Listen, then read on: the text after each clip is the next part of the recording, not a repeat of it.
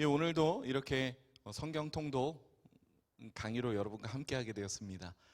이제 오늘이 대망의 16주차 마지막 주차 강의가 되겠습니다. 여기까지 오시느라 참 많이 고생하셨고요.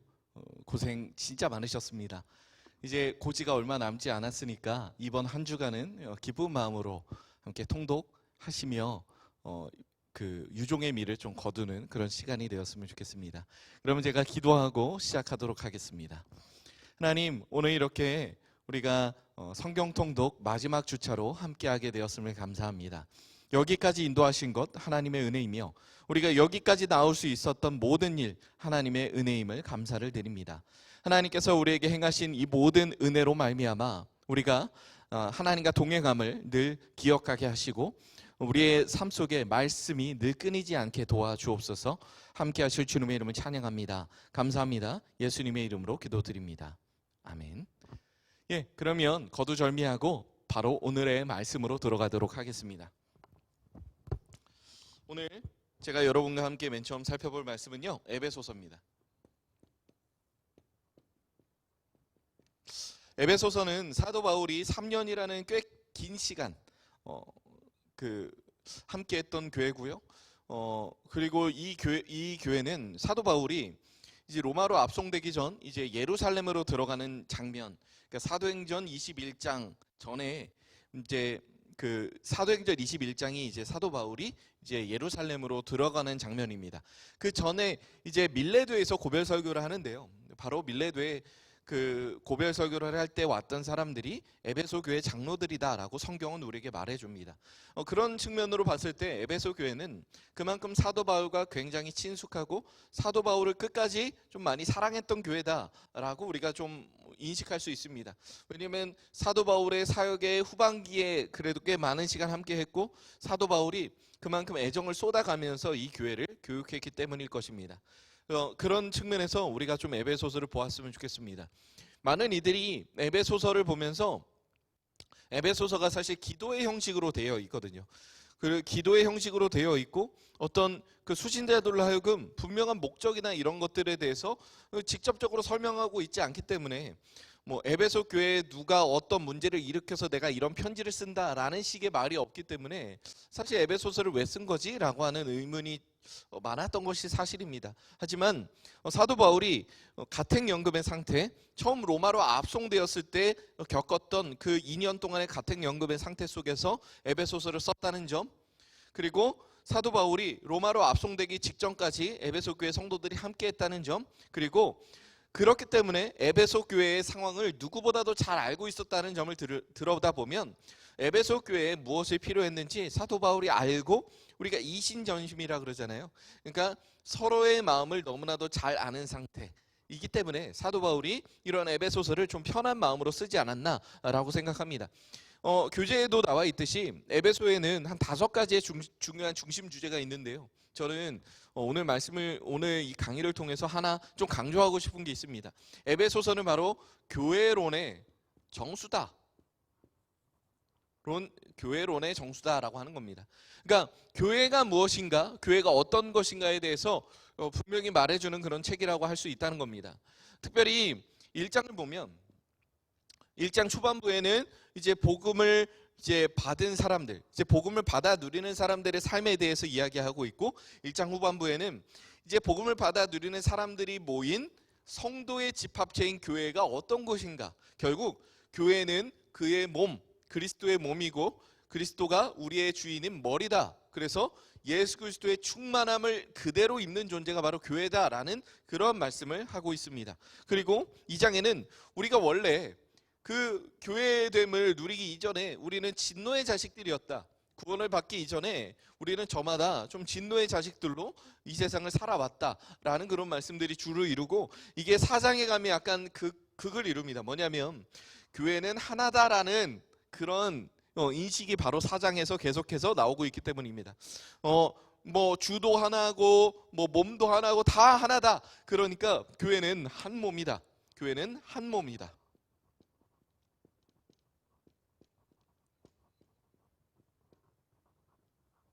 한 몸 안에 여러 지체가 있는 것이다 라고 하는 부분을 강조하고 있는 게 바로 에베소서 4장의 내용입니다. 그래서 에베소서는 이렇게 서로가 교회가 한 몸이고 우리 공동체가 한 몸이다, 그 교회론에 대해서 굉장히 강조하고 있는 책이라고 할 수 있습니다. 물론 이제 뭐 우리가 그런 내용이 있잖아요. 되게 우리가 암송하기에 가장 유명한 말씀 중에 하나, 에베소서 5장에 나오죠. 술 취하지 말라, 이는 방탕한 것이니 성령의 충만을 누리라. 제가 전에 충만에 대해서 설명을 해드린 적이 있을 텐데요. 충만이라는 것이 이제 우리가 컵이 있잖아요. 컵이 있으면 여기에 물을 이렇게 채웁니다. 그러면 이쯤 찬 건 충만이라고 하지 않죠. 그리고 이쯤 찬 것도 충만이라고 하지 않습니다. 여기까지 차도 충만이 아니에요. 충만이라는 것은 여기까지 차서 흘러 넘치는 상태를 말합니다. 그러니까 이 충만이라고 하는 개념을 우리가 생각해 본다면 술 취하지 말고, 그러니까 술은, 여기서 말하는 술은 단순히 마시는 술도 의미할 수 있겠지만 정말로 중요한 건 세상의 여러 가지 문화를 의미하는 것이고 상징하는 것입니다. 그러니까 세상의 문화들로, 세상의 여러 가지 풍조들로 너희들을 채우지 말고 오직 너희는 성령으로 채워서 성령의 지배를 받고 살아가라 라고 말하는 것이 성도됨의 본질이고 교회됨의 본질이라고 할 수 있습니다. 교회는 세상의 것들로 채워야 하는 공동체가 아니라 온전히 성령 하나님의 지배, 예수 그리스도를 머리로 삼은 예수님으로만 채워야 하는 공동체이기 때문입니다. 그래서 요새 우리가 계속해서 목사님께서도 말씀을 통해서 나누시는 것처럼 교회를 우리가 본질로 잡아야 하는 것, 우리가 계속해서 붙들어야 하는 것은 말씀이다라고 하는 것을 우리가 늘 인식해야 한다는 겁니다. 그래서 에베소서는 바로 그러한 부분들에 대해서 좀 강조를 많이 하고 있습니다. 그렇게 좀 에베소서를 살펴보면 좋을 것 같고요. 이러한 에베소서, 그러니까 술 취하지 말 것, 그리고 여러 가지 이러한 에베소서에 대한 말씀들이 바로 이어지는 게 여러분 디모데 전서입니다. 왜 그러냐면 그 에베소서는 사실 디모데 전서와 디모데 전후서와 같이 보는 게 사실은 맞습니다. 왜냐하면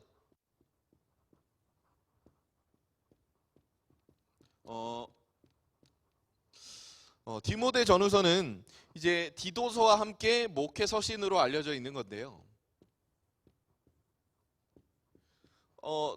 우리가 특징적으로 볼 수 있는 건 디모데가 사역한 곳이 바로 에베소라는 겁니다. 에베소에서 그렇게 세상의 풍조와 세상의 문화를 경계하고 여러 가지 그렇게 좀 세상에 대해서 그렇게 좀 거부적인 반응을 보였던 이유가 바로 디모데 전후서와도 좀 연결이 된다라고 할 수 있습니다. 디모데 전후서를 통해서 볼 수 있는 내용 중에 한국 교회에 굉장히 한동안 논란이 되었던 뭐 여자는 조용해라, 뭐 그런 내용이 있잖아요. 그런 내용 뒤에 뭐가 있냐면 에베소라는 지역의 특성이 여기에 그대로 반영이 됩니다. 여러분의 교재를 통해서도 확인하실 수 있었는데요. 에베소는 아뎀이라고 하는 아데미 여신의 신전이 있는 곳이었습니다.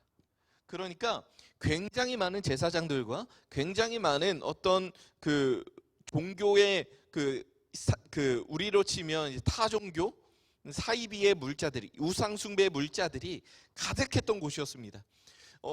에베소의 위치를 보면 이제 지중해를 중심으로 그리스가 이쪽이고 터키가 이쪽이면 이쪽이 빌립보고, 뭐 제가 그림을 잘 못 그려서 뭐 이쪽이 이제 고린도라고 치면요, 에베소는 한 이쯤에 위치해 있어요. 그러니까 육지로도 여기저기 갈 수 있고, 그리고 해상으로도 여기저기 무역을 하기에 이제 이쪽이 이집트 쪽이라면 이렇게 올라와서 또 교역을 할 수 있었다는 점을 들어다 보면 고린도와 마찬가지로 굉장히 해상 무역이 발달하고 육상 무역도 발달한 곳이었다라고 알 수 있다는 겁니다.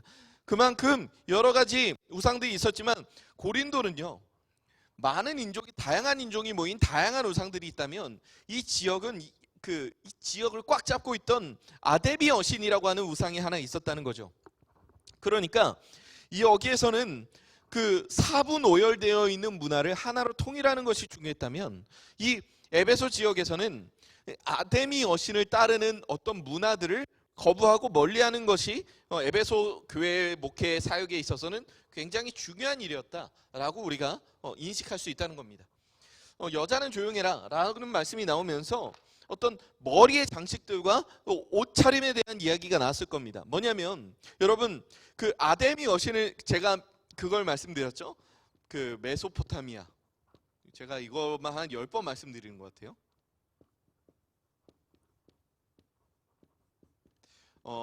메소포타미아 문명의 우상숭배로부터 나온 것이 바로 우상숭배 문화, 우상숭배의 문화로부터 나온 것이 바로 매춘이다. 그러니까 이런 거죠. 그 신전이 있습니다. 신전을 섬기는 제사장은 다 여자예요.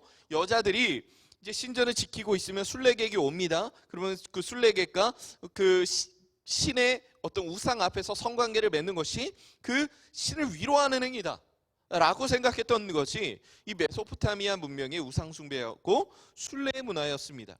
그것이 바로 매춘행위의 발단이 되었고요. 그것이 발전돼서 있는 형태가 바로 이곳이었어요. 아데미 여신을 섬기는 신전. 그러면 제사장들은 누굴까요? 당연스럽게도 바로 여자 제사장들이었습니다. 여자 제사장들이 이 아데미 신전의 제사장들로 이제 여러 가지 문화를 주도했고 선도했다라고 우리가 볼 수 있는 겁니다. 아데미 여신을 섬기는, 아데미 여신을 지키는 그런 그 사람들은 당연하게 이 문화의 그대로 연장선상에서 왔다면 매춘행위가 이곳 가운데서 이루어지고 있었겠죠. 그러니까 매춘행위가 이루어지고 있는 이 여제사장들의 어떤 그 옷차림이나 머리 장식이나 이런 어떤 문화들이 에베소 교회의 여인들에게 그대로 나타났다는 겁니다. 왜냐하면 이것들이 하나의 유행처럼 번져 나갔다는 거죠. 이렇게 유행처럼 번져 나간 문화에 대해서 사도 바울이 뭔가 제지를 할 필요가 있었다는 겁니다. 그래서 사도 바울이 모든 서신서에서 여자들은 조용하라라고 말하지 않잖아요. 그러니까 우리가 이 내용을 어떻게 해석을 해야 되냐? 적어도 여기에서는 이런 아데미 여신을 섬기는 그 제사장들이 여자였잖아요. 그러니까 이 아데미 신전에서는 여인들이 굉장히 주도적인 역할을 지니며 어떤 문화를 선도해 나가는 그런 역할이 있었단 말이에요. 그런데 그런 문화가 교회로 침투를 하니까 여기에 대해서 제동을 걸어버리는 게 사도 바울의 의도였다는 거죠. 그래서 디모데 전서를 통해서 이런 이야기를 하고 있는 겁니다.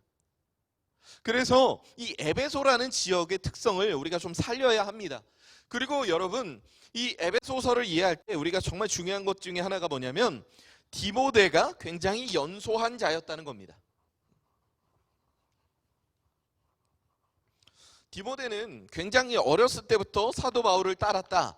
그래서 연소했다라는 건 나이가 어렸다는 거죠. 내 연소함을 다른 사람들이 업신여기지 못하게 하라라고 하는 건 디모데가 온전히 이제 사도 바울로부터 받은 복음으로 무장하여서 그 복음으로, 그러니까 그 우리가 목회 사역이라는 게 그렇잖아요. 우리 성도님들의 연세는 사실 저의 이제 부모님 뻘도 계시고, 적어도 저의 이모뻘, 고모뻘, 큰아버지, 삼촌 이런 정도의 연세가 되시는 분들이 많다는 겁니다. 그런데 우리가 이렇게 그 30대 중반밖에 안 되는 저라는 존재를 여러분들이 이제 목사라고 이렇게 받아주시고 할 수 있는 정말 중요한 그 원동력이 뭘까요? 그것이 바로 이제 얼마나 복음으로 무장되어 있느냐겠죠. 얼마나 말씀으로 양육을 할 수 있고 얼마나 이 복음으로 목사다운 삶을 살아가고 있느냐일 것입니다. 그렇기 때문에 사도 바울에게 이제 이렇게 얘기하는 겁니다. 다른 사람들이 네가 나이가 어리다고 무시를 받는다고 네가 거기에 대해서 실망하고 낙심하기 이전에 네가 먼저 복음으로 무장을 스스로 해야 한다. 그리고 사도 바울이 이제 디모데 전후서도 마찬가지고요. 정말로 중요한 건 각 직분에 대한 하나하나 기준들을 제시합니다. 뭐냐면 사도 바울이 이제 목회 서신이라는 걸 쓰면서 정말로 가장 주안점을 두었던 게 뭐냐면 교회의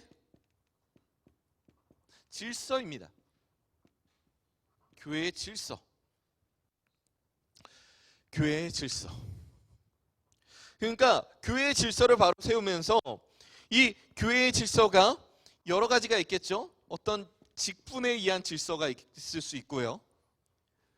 그래서 이 직분을 남발한다거나 여러모로 이런 것들이 그냥 그 별것 아닌 걸로 치부되는 것을 사도 바울은 원치 않았고요. 그리고 디모데의 나이가 굉장히 어리더라도 디모데는 에베소 교회를 목회하고 있는 그런 사역자라는 것을 사람들이 인정해 줘야 한다는 것이죠. 그러니까 그 질서를 바로 세울 때 충분히 이제 디모데의 그런 목회의 약점들이 보완될 수 있다라고 생각을 한 거고요. 두 번째는 이제 문화적인 질서를 바로 세우는 겁니다. 제가 아까 말씀드린 여자가 왜 조용해야 하는가에 대한 그 아데미 신전에 대한 문화, 그리고 에베소 교회도 굉장히 부유한 도시였고 항구 도시였고 그 무역 도시였기 때문에 이곳 가운데도 굉장히 좀 돈이 많거나 좀 돈이 많이 도는 그런 도시였다고 알려져 있습니다. 아데미 신전이 여기에 있었던 것도 사실 한몫하죠. 그리고 여러 가지 우상 숭배의 문화들이 있었고요. 그래서 세상에 여러 가지 방탕하고 음란한 문화에 노출되기가 너무나도 쉬운 곳이었습니다. 그래서 여기 있는 사람들은 특별히 돈을 사랑함이 일만하게 뿌리라는 것을 늘 기억하면서 이 재정이나 이런 부분들에 대한 사용을 굉장히 지혜롭게 해야만 했다라고 하는 부분을 인식해야 했다는 거죠. 그런 측면에서 봤을 때 이 디모데의 전서는 사도 바울이 이제 디모데에게 쓰면서 교회의 질서를 바로 세우기도 하지만 디모데에게 목회적인 조언을 하는 목회 서신이다라고 우리가 이해를 할 수 있다는 겁니다. 디모데 후서는 사실 서신서에서 사도 바울이 쓴 서신서에서 마지막에 살펴봐야 하지만 디모데 전서를 살펴보면서 한 번 더 살펴보면요, 디모데 후서는 사도 바울의 마지막 서신입니다.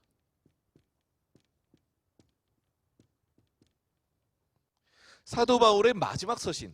그러니까 사도 바울이 이 서신을 쓰고 죽었다라고 알려져 있습니다. 그래서 저는 디모데 후서를 볼 때마다 좀 마음이 많이 먹먹해요. 그러니까 그 에베소 교회를 어지럽히고 괴롭히고 있는 자들에 대한 어떤 그런 질서를 바로 세우기 위한 어떤 말씀들이 초반부에 언급이 되지만 후반부에 가면 사도 바울이 굉장히 좀 약한 모습을 보이거든요. 내가 좀 날씨가 추우니까 올 때 뭐 외투를 하나 갖고 오고, 그리고 이 사람도 나를 떠났고 이 사람도 나를 떠났고 저 사람도 나를 떠났다. 근데 그도 그럴 것이 사도 바울이 이제 그 네로 박해 직전, 네로 박해쯤에 그 죽었다라고 알려져 있습니다. 네로 박해에 대해서는 제가 좀 이따가 설명을 드릴 기회가 있을 것 같습니다. 그런 네로 박해 전에 이렇게 조금 목숨을 달리했다. 그러니까 그때 박해가 심할 때 사실 믿음을 떠난 사람들이 굉장히 많았다는 거죠. 그 믿음을 떠난 사람들의 이름을 하나하나 언급하면서 정말 믿었던 사람들이 나를 떠난 거에 대한 사도 바울의 약간 박탈감이라고 해야 될까요? 사도 바울이 아무리 강력하고 아무리 신실하고 훌륭한 사람이라도 인간적으로 느껴야 했던 그런 여러 가지 좀 가슴 아픈 마음들, 그리고 이제 정말로 본인이 이제 그렇게 말하잖아요. 전제와 같이 부어질 때가 됐다. 전제는 그 액체로 된 걸 붓는 제사를 말합니다. 그러니까 이게 그 본인이 이제 그 물과 같이 되어서, 그러니까 자신의 피가 이제 부어지는, 여기저기 뿌려지는 그런 날이 가까워 온다. 그러니까 내가 이제 곧 죽을 것 같다라고 하는 그런 말을 하면서 좀 디모데에게 인간적으로 마지막 유언과 같은 성격으로 남기고 있는 그런 말씀이라고 할 수 있습니다. 그래서 디모데후서는 좀 우리의 마음을 많이 먹먹하게 하는 그런 책이다라고 우리가 조금 이해하면 좋을 것 같습니다. 그리고 디도서 좀 보도록 하겠습니다.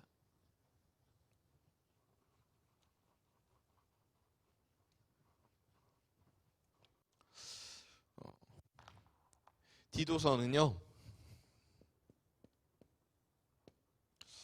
디도는요, 디모데와 함께 사도 바울이 본인의 제자로 삼은 사람 중에 하나입니다. 본인의 제자로 삼은 사람 중에 하나인 디도는 그 사도 바울의 명령에 의해서 그레데라고 하는 그 섬에서 사역을 합니다. 그레데. 근데 여기에는 여러 가지 좀 그 거짓말을 많이 하고 악한 짐승과 같이 자기 배만 위하는 게으름뱅이였다라고 성경에서 설명을 하고 있는 것을 볼 수 있습니다.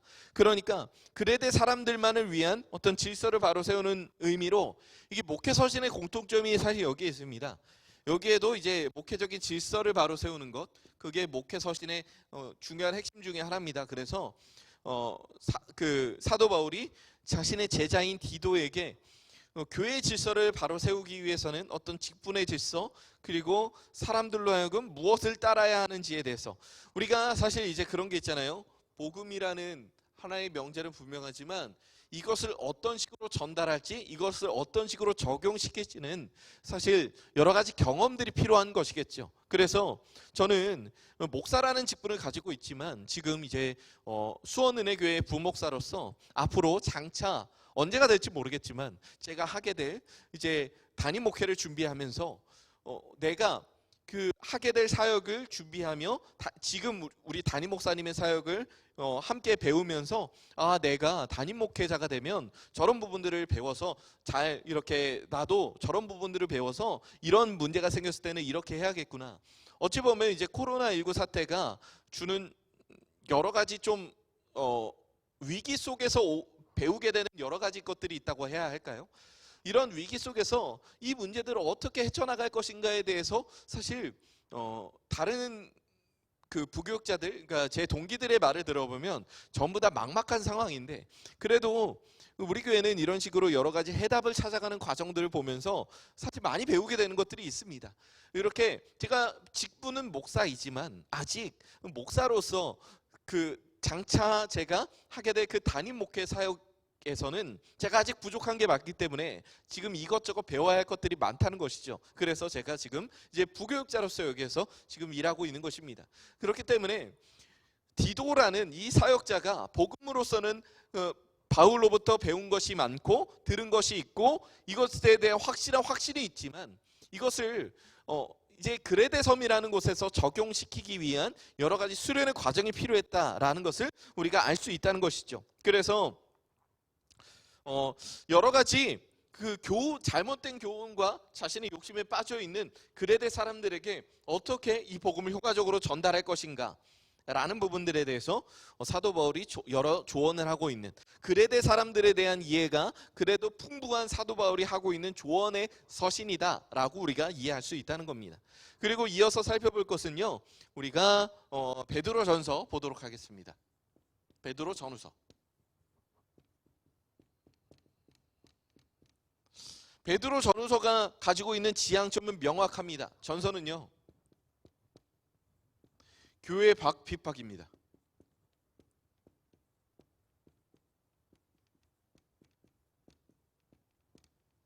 후서는요, 교회 안의 이단입니다.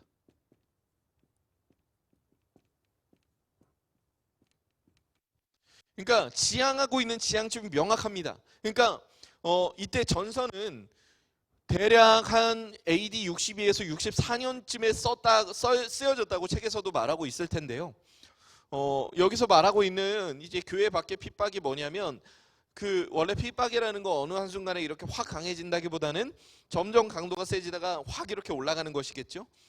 AD 64를 기준으로 우리가 참 많은 이야기들을 하려 합니다.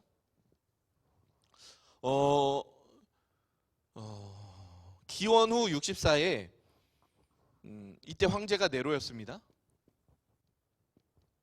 네로 황제.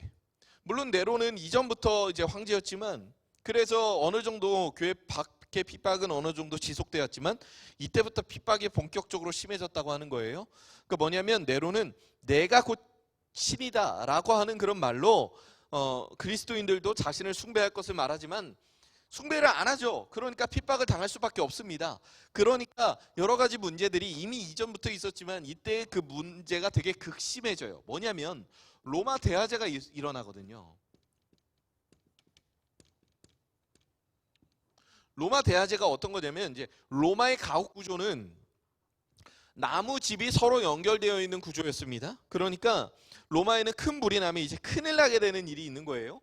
그런데 이때 로마에 일어났던 대화제는 도시 전체의 3분의 1을 불태워 버립니다. 로마라는 도시의 특성상 사실 귀족들과 사회 부유층들, 사회 권력층들이 많이 살아가고 있는 도시였죠. 그렇기 때문에 그 좀 강력한 권리를 지닌 로마 시민권자들이 대다수를 차지하고 있던 이 로마라는 도시를 3분의 1을 집어삼키는 큰 불은 사실 당시에 내가 신이다라고 주장을 했던 네로 황제에게는 굉장히 큰 타격이 아닐 수 없습니다. 그러니까 이제 뭐냐면 로마의 황제의 권위는 우리가 인식하고 있는 일반적인 황제의 권위보다는 조금 떨어질 수 있어요. 왜냐하면 원로원이라고 하는 데에서 어느 정도 황제의 권력을 좀 약화시키는, 그러니까 우리나라로 치면 약간 국회의원, 국회 정도 느낌이라고 우리가 생각해 볼 수 있는 그런 기관이 황제의 권력을 늘 견제하는 그런 역할을 했거든요. 그런 측면에서 생각해 본다면 네로 황제가 본인의 신이다, 내가 곧 신이다, 나를 숭배해라 라고 하는 이 상황에서 자연재해 하나 제대로 막지 못한 그러한 책임을 네로 황제가 이제 원로원으로부터 책임을 묻게 되고 지어야 하는 그런 상황이 오게 된다는 거죠. 그래서 네로 황제가 하나 생각하게 됩니다. 이 위기를 어떻게 벗어날 수 있을 것인가. 네로 황제가 위기를 벗어났던 정말 중요한 문제, 해결 방법이 뭐였냐면, 나를 신으로 숭배하기를 거부한 그리스도인들이 일부러 불을 낸 것이다 라는 겁니다. 나의 신성에 흠을 가게 하기 위해서 일부러 불을 냈다. 그래서 그때부터 이제 어느 정도 핍박이 이어지고 있는 상황에서 이제 하나님이 베드로로 하여금 이 전설을 쓰게 하심으로 다가올 엄청난 핍박을 대비하게 하시는 거죠. 핍박 가운데서도 너희의 마음을 지켜야 하고, 계속해서 사탄은 우는 사자와 같이 너희들을 찾고 너희들을 집어삼킬 것이지만 너희들은 그래도 이 핍박 가운데서도 나를 향한 믿음을 잃어서는 안 된다라고 하는 이 메시지를 하나님은 사도 베드로를 통해서 전달하고 계신다는 겁니다. 이때 우리가 말하는 이 콜로세움에서 사자한테 물어 뜯긴 것, 그리고 그거 있잖아요. 불에 방화를 일으켰으니까 화형을 당하게 되는 일이 이제 비일비재하게 일어났던 거죠. 그러니까 그리스도인들에게 예수를 부인하라라고 그렇게 강요했던 사건이 일어났던 시점이 바로 AD 64년의 시점이었다는 것을 우리가 기억할 필요가 있다는 겁니다. 그리고 후서는 교회 안에 이단에 대한 경계에 대한 말씀입니다. 그러니까 베드로 후서는 특별히 뭐와 조금 연관이 깊냐면 유다서입니다. 유다서와 좀 관련이 있는데요. 이 유다서와 관련이 있다는 걸 우리가 어떻게 생각해 볼 수 있냐면, 유다서는 여기에서 조금 독특한 특징이 더 있는데요. 똑같이 교회 안에 여러 가지 이단들에 대해서 거짓 메시지, 거짓 복음에 대해서 경계하고 있는 모습인데요. 그러니까 사도 베드로가 이렇게 이야기합니다. 말씀을 사사로이 풀지 말라. 개인적으로 풀지 말라. 그러니까 사도들이 전해준 그 말씀들을 통해서 너희들이 하나님의 뜻을 확인해라. 지금도 사실 그런 시도들은 있죠. 내가 하나님의 말씀을 들었어.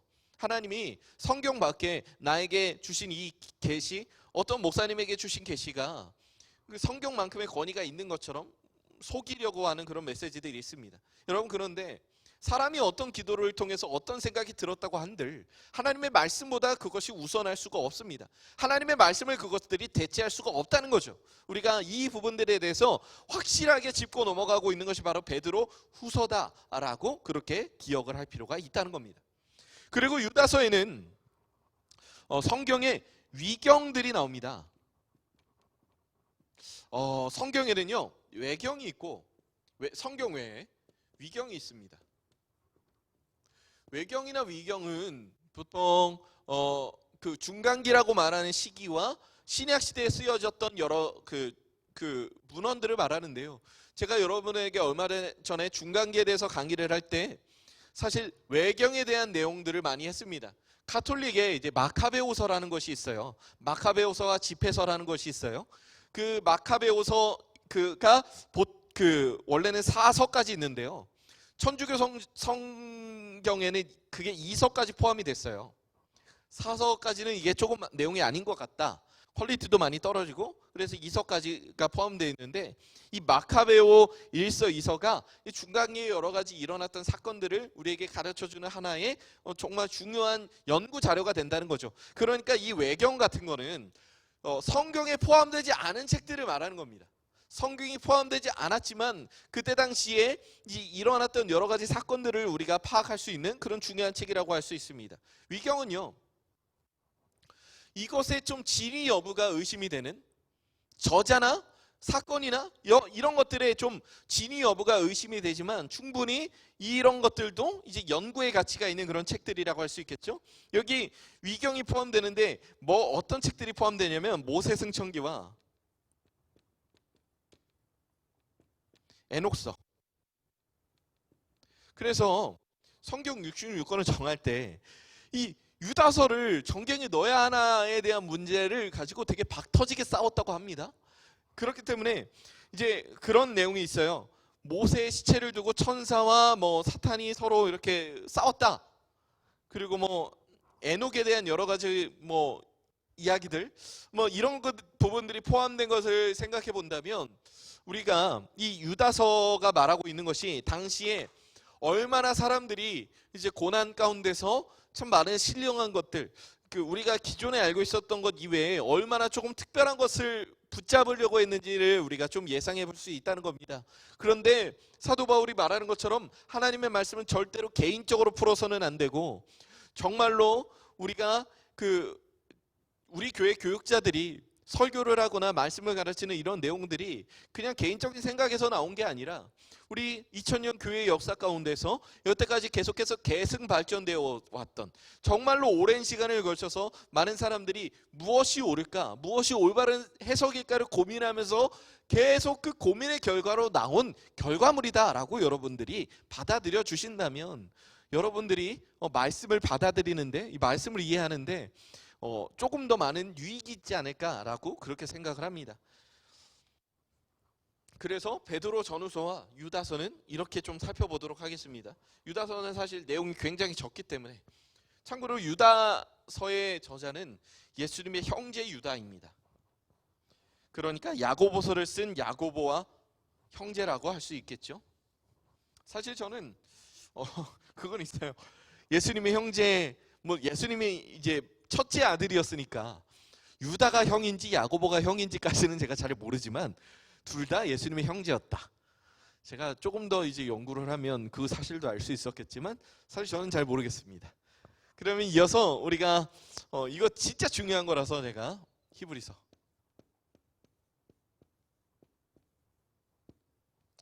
히브리서가 사실 되게 중요해요, 여러분.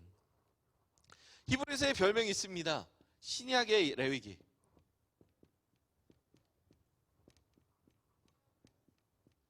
신약의 레위기로서 이 히브리서가 굉장히 좀 중요한 의미를 가지고 있다라고 우리가 확인해 볼 수 있다는 겁니다. 신약에서 구약 인용이 제일 많은 게 히브리서입니다. 왜냐하면 히브리서를 대하는 사람들이 이제 유대인들이었기 때문이에요. 그리고 그 사복음서 중에서 구약의 인용이 제일 많은 게 마태복음이에요. 공통점이 있죠. 유대인들을 향한 책, 이것도 유대인들을 향한 책이기 때문에 그렇습니다. 그러면 히브리서는 어떤 배경으로 인해서 나온 것인가? 그러면 이 히브리서에 대한 배경을 이야기할 때 반드시 저자에 대해서 이야기를 해야 돼요. 히브리서의 저자는 모릅니다. 모르는데 왜 굳이 이렇게 이야기를 하냐? 이것은 히브리서의 특징을 본다면 우리가 왜 저자를 특정할 수 없는지를 알 수 있습니다. 히브리서는요, 어떤 배경에서 나온 책이냐면 바로 그 네로 황제의 박해, 그러니까 기독교 박해가 굉장히 극에 달해 있을 때 어떤 현상이 일어나냐면요, 이제 사람들이 유대교로 돌아가려고 하는 움직임이 있어요. 유대교로 돌아가려고 하는. 여러분, 당시 유대교의 종교 지도자들은 누구였죠? 사두개인이죠. 사두개인이라고 말씀드렸습니다. 사두개인은 어떤 사람들이나 사독, 솔로몬 시절 대제사장이었던 사독의 후예들, 사두개인이라고 말한다. 대제사장의 혈통적인 자격을 갖고 있는 사람들. 그러니까 이 사람들이 계속 대제사장을 갖고 있고, 이 사람들이 입장은 바로 친로마적인 성격을 갖고 있기 때문에 로마의 박해 가운데서도 유대교는 어느 정도 좀 살아남을 수 있었던 거죠. 그러니까 이제 그 이방인들은 선택의 여지가 없었어요. 아예 배교를 해야 되는데 유대인들에게는 애매한 중간지대가 등장하게 되는 겁니다. 이 중간지대에 대해서는 이따가 요한 일서를 통해서 살펴보게 될 것이지만, 이 유대인들이 삼았던 중간지대가 뭐냐면 기독교를 따르면 죽어요. 근데 유대교를 따르면 살아요. 그런데 여기에서 정말 중요하게 봐야 되는 게 뭐냐면, 기독교를 따랐을 때는 죽지만 유대교를 따르면 살아요. 그런데 하나님을 섬길 수는 있어요. 예수님을 섬기진 못하지만 어쨌든 하나님을 섬길 수 있다.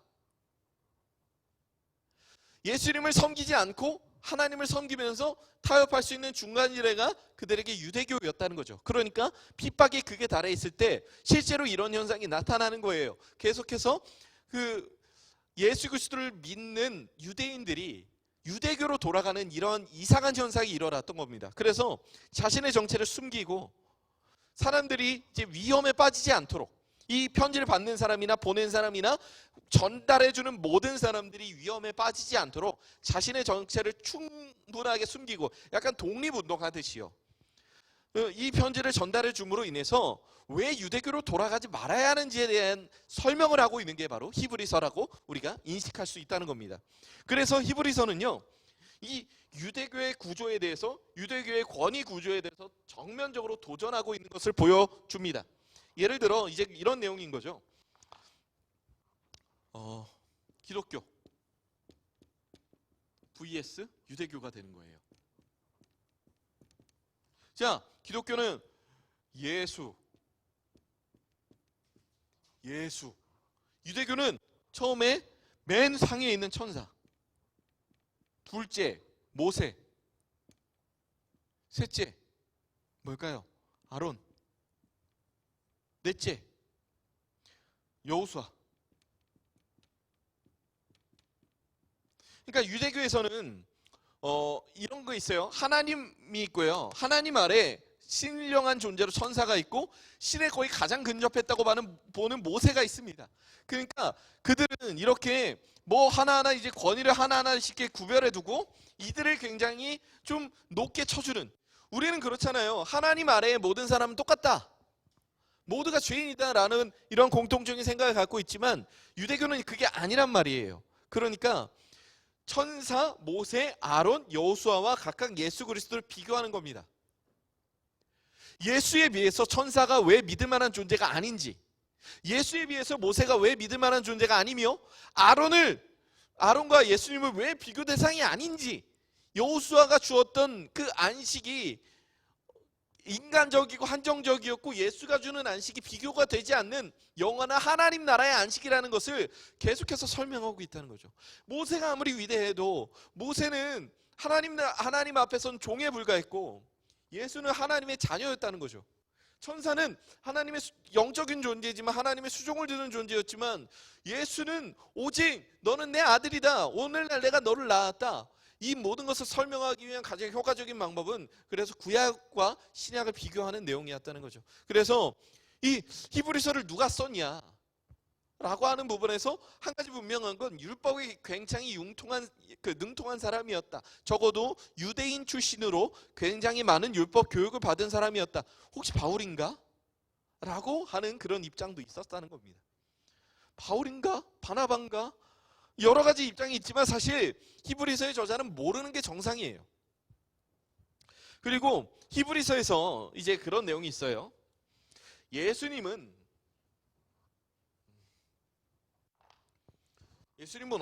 어디 지파일까요? 유대 지파거든요. 유다. 죄송합니다. 예수님은 유다 지파거든요. 유다 지파는 제사장을 못해요. 제사장을 못하면은 유다 지파로서 왜 예수님을 제사장이라고 말하냐? 라고 하는 내용이 딱 걸리게 되는 거예요. 그래서 히브리서 저자가 이것들을 이제 유대교에서 공격하고 있는 가장 중요한 주제 중에 하나를 가지고 이렇게 이야기하죠.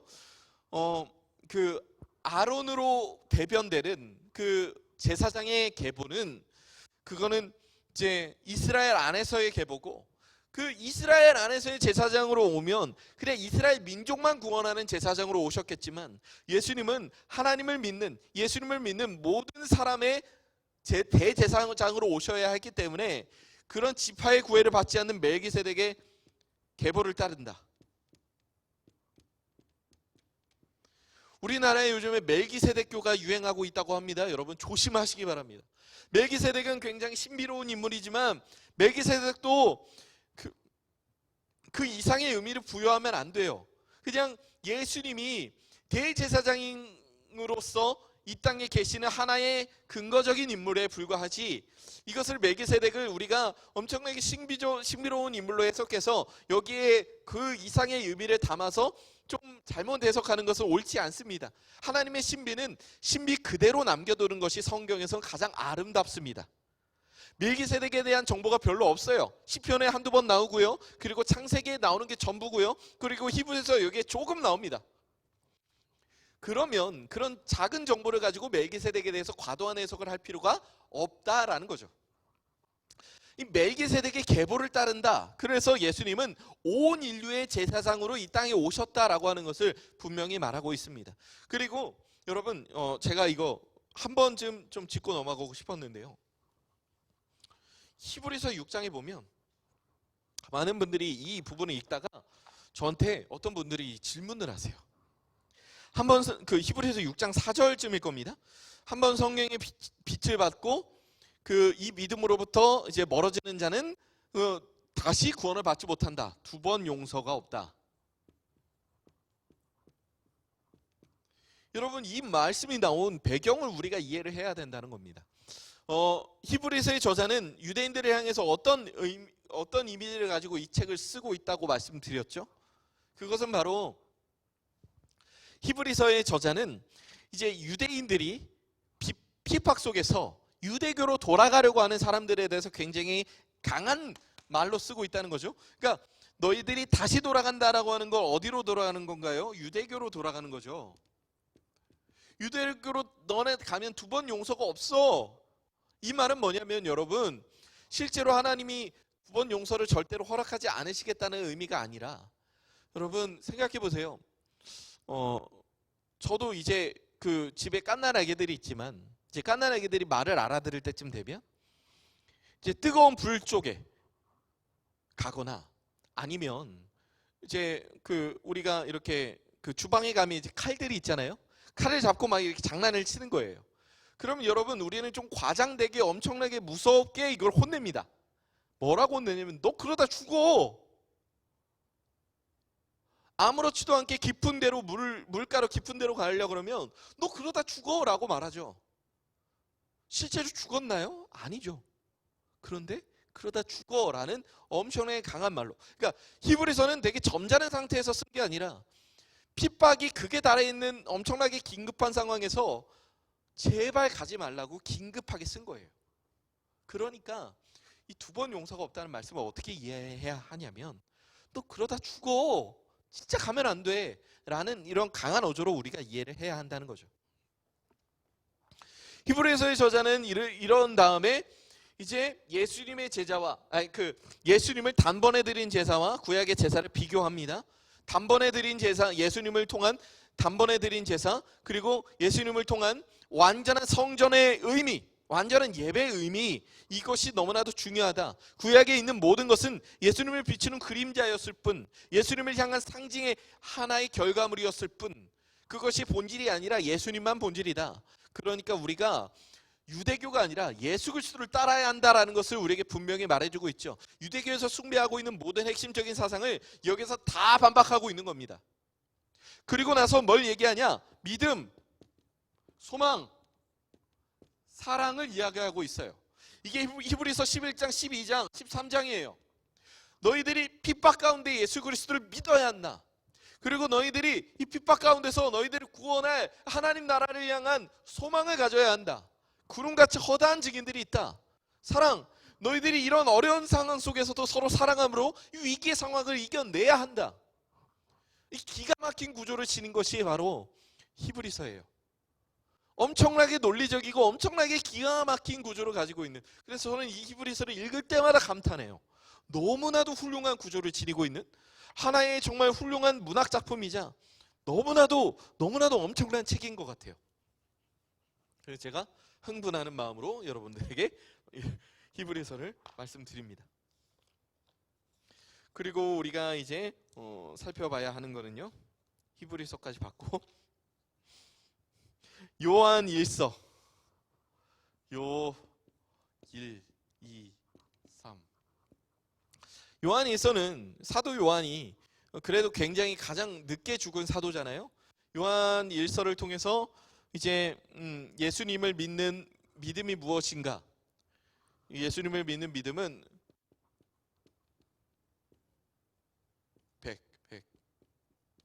흙과 백밖에 없다. 그러니까 예수님을 믿지 않거나 믿는 것밖에 없다. 어둠과 빛밖에 없다. 그러니까 이거 아니면 이거다라고 하는 의미로 우리가 좀 해석해 볼 수 있다는 것을 우리가 확인할 수 있습니다. 흙 또는 백이 있다라는 그런 내용으로 믿음 아니면 불신앙이다. 저 그리스도 아니면 그리스도다. 그런 내용으로 요한 1서를 통해서 계속해서 강조하고 있죠. 이 요한 1서를 기준으로 2서와 3서가 계속해서 쓰여지고 있는 겁니다. 요한 2서, 요한 3서.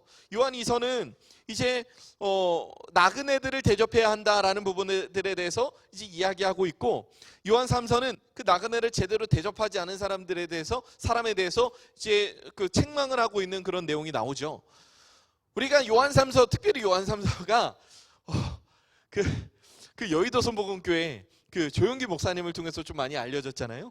사랑하는 자여, 내 영혼이 잘된 같이 내가 범사에 잘되고 강건하기를 간구한다. 사실 하나의 인사말의 대명사로 이게 그냥 꽂혀 있어요.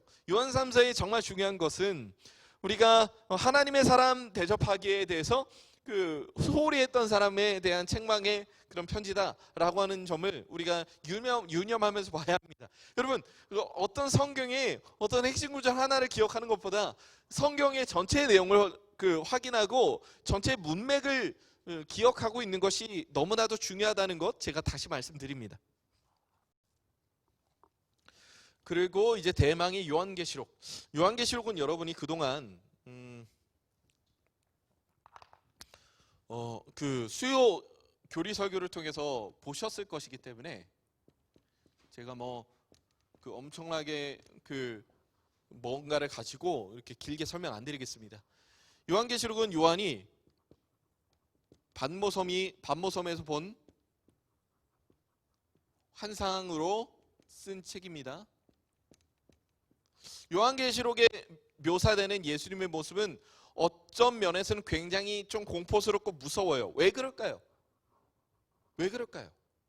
고통과 환난 속에 있는 하나님을 믿는 하나님의 자녀들이 예수님이 이렇게 이 모든 것을 이겨내실 수 있는 강력한 분이라는 것을 확인함으로 인해서 그들이 붙들고 이 믿음과 신앙을 붙들 수 있는 힘을 얻게 하기 위해서 그렇게 쓰여진 것이겠죠. 물론 하나님을 믿지 않는 자들에게 예수 그리스도의 다시 오심의 모습은 굉장히 공포스러운 모습일 겁니다. 그들이 믿음이 없다면 그들이 다시 돌이킬 길은 이제는 없는 것이니까요. 그렇기 때문에 두 가지 목적이 있겠죠. 믿는 자들에게는 우리 예수님이 이렇게 강한 분이다라고 하는 사실을 확인할 수 있는 하나의 수단이 될 것이고요. 하나님을 믿지 않는 자들에게는 예수님을 다시 오시기 전에 믿어야 한다는 아주 중요한 사실들을 가르쳐주고 있는 책이다. 그리고 반모섬에 유배됐을 때예요.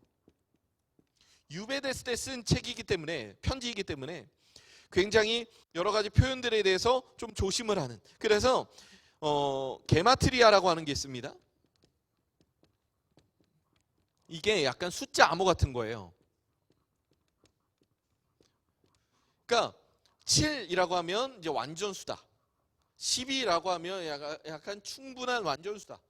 12제자, 12사도, 뭐 이런 식의. 그리고 1000. 이거는 가득 차 있는 충만의 숫자다. 이러한 숫자들을 조합하면서 여러 가지를 이야기하고 있죠. 예를 들어서 이제 그 24장로라고 하면 구약의 그 12지파의 지파장들과 신약의 12사도를 말하고 있는 것이겠죠. 그래서 이 24장로라고 하는 건 신구약을 대표한 하나님을 믿는 자들의 대표격인 사람들을 뜻하는 겁니다. 그러니까 우리가 기본적으로 제가 이렇게 말씀드리잖아요. 요한계시록은 여러 가지 상징과 비유로 가득 차 있는 책입니다. 그러니까 우리가 요한계시록을 볼 때 특별히 뭔가를 조심해야 되냐면 문자주의, 이거를 다른 말로 근본주의라고 합니다. 를 조심해야 합니다. 여러분, 우리가 이제 신비주의라고 대표하는 사람들이 이 요한계시록을 볼 땐 굉장히 문자적으로 본다는 거 아세요? 그러니까 이게 뭔가 양립될 수 없는 개념 같은데, 신비주의적인 신앙을 갖고 있는 사람일수록 요한계시록을 굉장히 문자적으로 봅니다. 신비한 신앙을 쫓아가는 사람일수록 요한계시록을 그냥 글자 그대로 단순하게 해석을 해버린다는 거예요. 근데 그렇게 해버리면 굉장히 문제가 생기죠. 요한계시록에 등장하는 바벨론이 뭘까요? 큰 성 바벨론이 뭘까요? 그 로마 제국을 뜻하는 거거든요. 당시에는 1차적인 의미로는 로마 제국을 뜻하는데, 그것을 그냥 단순히 바벨론이라고 해석을 해버리면 굉장히 위험한 결과를 우리에게 낳게 된다는 거죠. 그리고 여러분, 우리가 종말론을 해석하는 여러 가지 관점들이 있습니다. 종말론을 해석하는 여러 가지 관점이 있는데요. 전천년설, 무천년설, 후천년설.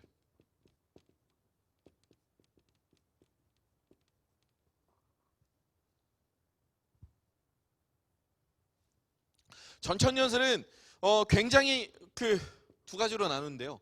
이걸 이렇게 이해하면 됩니다. 예수님이 재림하시기 전에 천년왕국이 있을 것인가? 후천년설은 그럼 뭘까요? 예수님이 재림하신 다음에 그 천년왕국이 이어질 것이다. 예수님이 재림하기 전에 천년왕국이 이어질 것인가? 재림 후에 천년왕국이 이어질 것인가? 아니면 천년왕국이라는 건 하나의 비유에 불과한 것인가?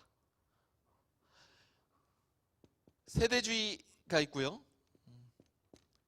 역사적 전천년이 있습니다. 세대주의라고 하는 건 뭐냐면 이제 구원의 여러 가지 세대가 있다는 거예요. 세대를 구분해요. 모세 세대의 구원이 다르고, 아브라함 세대의 구원이 다르고, 노아 세대의 구원이 다르고, 이런 식으로 세대를 하나하나씩 쪼개요. 예수님의 세대의 구원이 다르고, 재림 세대의 구원이 다르고. 그래서 이 세대주의는 사실 그냥 단순히 정리할게요. 이단입니다. 이단이라고 보시면 돼요. 그리고 세대주의는 예수님의 재림이 두 번이다. 공중재림과 지상재림이 있고, 우리가 휴거가 된다. 여러분, 사실 휴거라는 개념 자체를 우리가 받아들여서는 안 돼요. 그냥 문자 그대로 받아들이면 안 돼요. 갑자기 자고 일어났는데 우리 엄마 아빠가 없어요. 그럼 뭘까요? 하늘로 올려진 걸까요? 그게 아니라는 거죠. 우리가 이런 것들을 고지고대로 그냥 받아들이면 안 되는 거예요. 역사적 전천년설은 뭐냐면 나름 좀 중립적인 입장을 지닌 것으로서 천년왕국 이후에 예수님의 완전한 재림을 통해서 하나님의 나라가 열릴 것이다 라는 것이고요. 무천년설은 이 천년왕국이라는 것은 그냥 관념적인 개념일 뿐, 천년왕국은 어디에 속해 있다? 교회에 속해 있다. 교회의 시대. 그래서 우리가 교회 시대를 살아가다가 이제 대환란이 오고, 이 대환란 이후에 우리가 예수님의 재림을 통해서 믿는 자들은 하나님 나라, 그리고 믿지 않는 자들은 지옥에 간다라고 하는 것을 말하고 있는 게 무천년설입니다. 그리고 여러분, 우리가 천국과 지옥의 개념에 대해서도 확인을 해야 될 필요가 있어요. 얼마 전 이제 요한계시록을 설교하신 담임 목사님도 이 부분을 한번 짚고 넘어가셨는데요.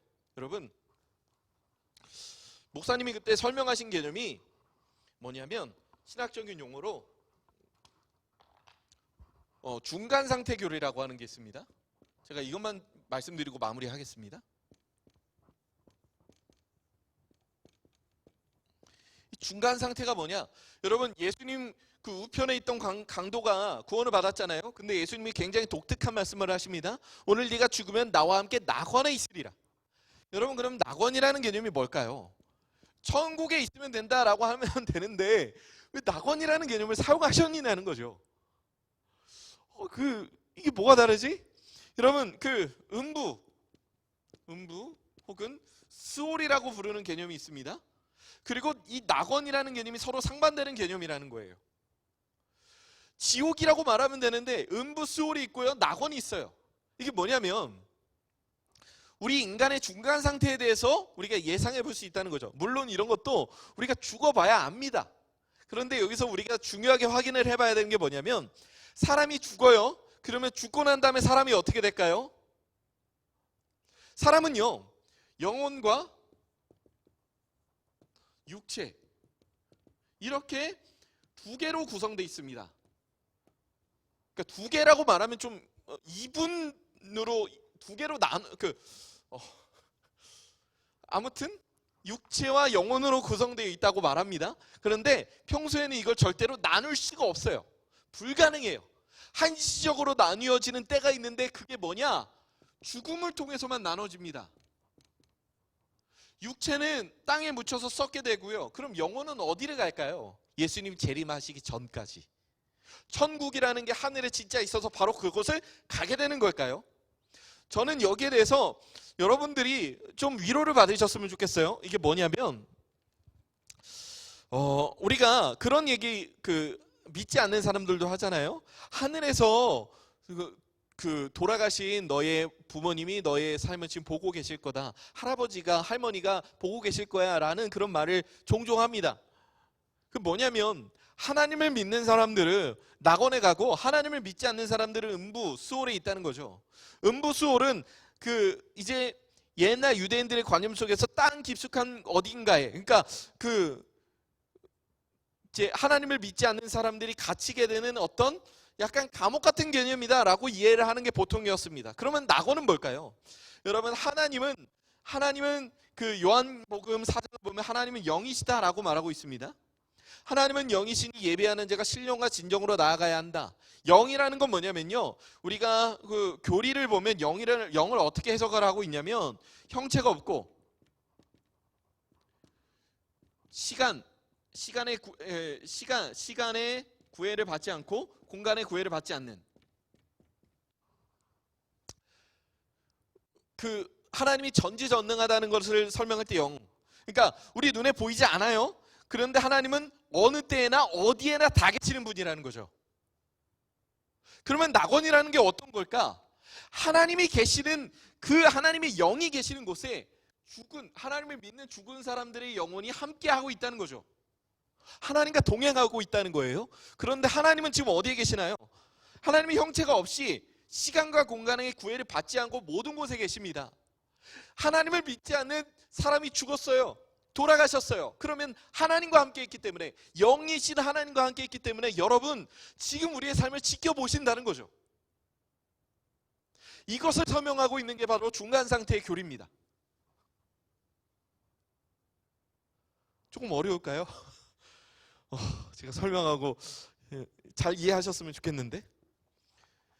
그리고 나서 천국과 지옥은 예수님의 재림 이후에 열린다는 거예요. 아직 열리지 않았다는 거죠. 근데 우리는 뭉뚱그려서 천국과 지옥이라는 것을 표현하지만, 그러니까 틀린 말은 아니지만 엄밀히 구분을 하면 이렇게 된다는 거예요. 그러면 천국과 지옥은 어떻게 되는 것이냐? 지옥은 하나님이 만드신 어딘가에 있을 것이다.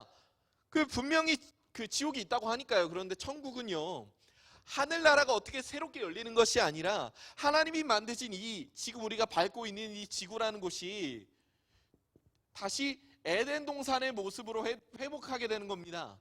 에덴 동산처럼 원시 시대로 돌아간다가 아니라 에덴 동산처럼 하나님을 믿는, 하나님만을 사랑하는, 하나님이 기뻐하시는 모습만 남은, 하나님이 완전한 선함과 완전한 사랑만이 남아있는 아름다운 나라로 변하게 될 것이다. 그래서 우리가 새 하늘과 새 땅이라는 표현을 써요. 그것은 뭘 기준으로 말할까요? 지금 우리가 밟고 있는 곳이요. 새 하늘과 새 땅은 지금 우리가 밟고 서 있는 곳이요. 그래서 이거를 포괄적으로 새 에덴이라고 말합니다. 이런 식으로 이해를 하시면 되지 않을까 싶습니다. 요한계시록을 설명드리면 꼭 이 부분에 대한 설명에 대해 약간 제가 빚지는 마음을 갖고 있어서 꼭 설명을 해드리려고 노력합니다. 여러분 이 부분 좀 유념하셨으면 좋겠습니다. 그러면 이제 90일이라는 대장정이 이제 여러분이 이 강의를 통해서, 그리고 이 강의 이후에 여러분이 읽으시는 성경을 통해서 이제 마무리가 될 것 같습니다. 그러면 여러분 이 내용을 통해서 여러분이 성경을 열심히 읽으시고 마무리 잘 하셨으면 좋겠습니다. 강의 들으시느라 정말 고생 많이 하셨고요. 끝까지 궁금하신 것이 있다면 거부감 없이 저나 여러분의 담당 교육자분들에게 질문을 주시면 충실하게 준비해서 답변을 드릴 것이라 생각합니다. 그러면 여기까지 오시느라 정말 고생 많으셨습니다. 여러분 한 사람 한 사람, 한 분 한 분 제가 찾아뵙고 고생하셨다 말씀드리고 싶지만 지금 그러지 못한다는 점, 코로나로 인해서 마땅히 그러지 못한다는 점 여러분 양해 부탁드리고요. 정말 고생 많이 하셨습니다. 정말 축복합니다. 여러분 그러면 우리가 마지막으로 기도하고 마치도록 하겠습니다. 하나님, 오늘 이렇게 우리에게 하나님의 은혜와 평강으로 성경 통독 마칠 수 있게 하심을 감사합니다. 비록 코로나로 인해서 우리가 함께 얼굴을 마주하며 이것을 마치진 못했지만 하나님의 은혜와 하나님의 사랑으로 우리가 여기까지 올 수 있는 이 모든 은혜를 인하여 감사를 드립니다. 하나님, 온전히 우리가 주의 은혜와 사랑으로 지금 이 내용들을 여기까지 공부했습니다. 그리고 여기까지 우리가 읽었습니다. 하나님, 우리가 공부한 것에서, 읽은 것에서 끝나지 않고 이것이 우리의 삶이 되게 하셔서 우리가 모든 세상에 말씀이신 예수 그리스도의 흔적을 뿜으며 살아갈 수 있는 그런 사람들이 되게 도와주옵소서. 함께 하실 주님의 이름을 찬양합니다. 감사합니다. 예수님의 이름으로 기도드립니다. 아멘.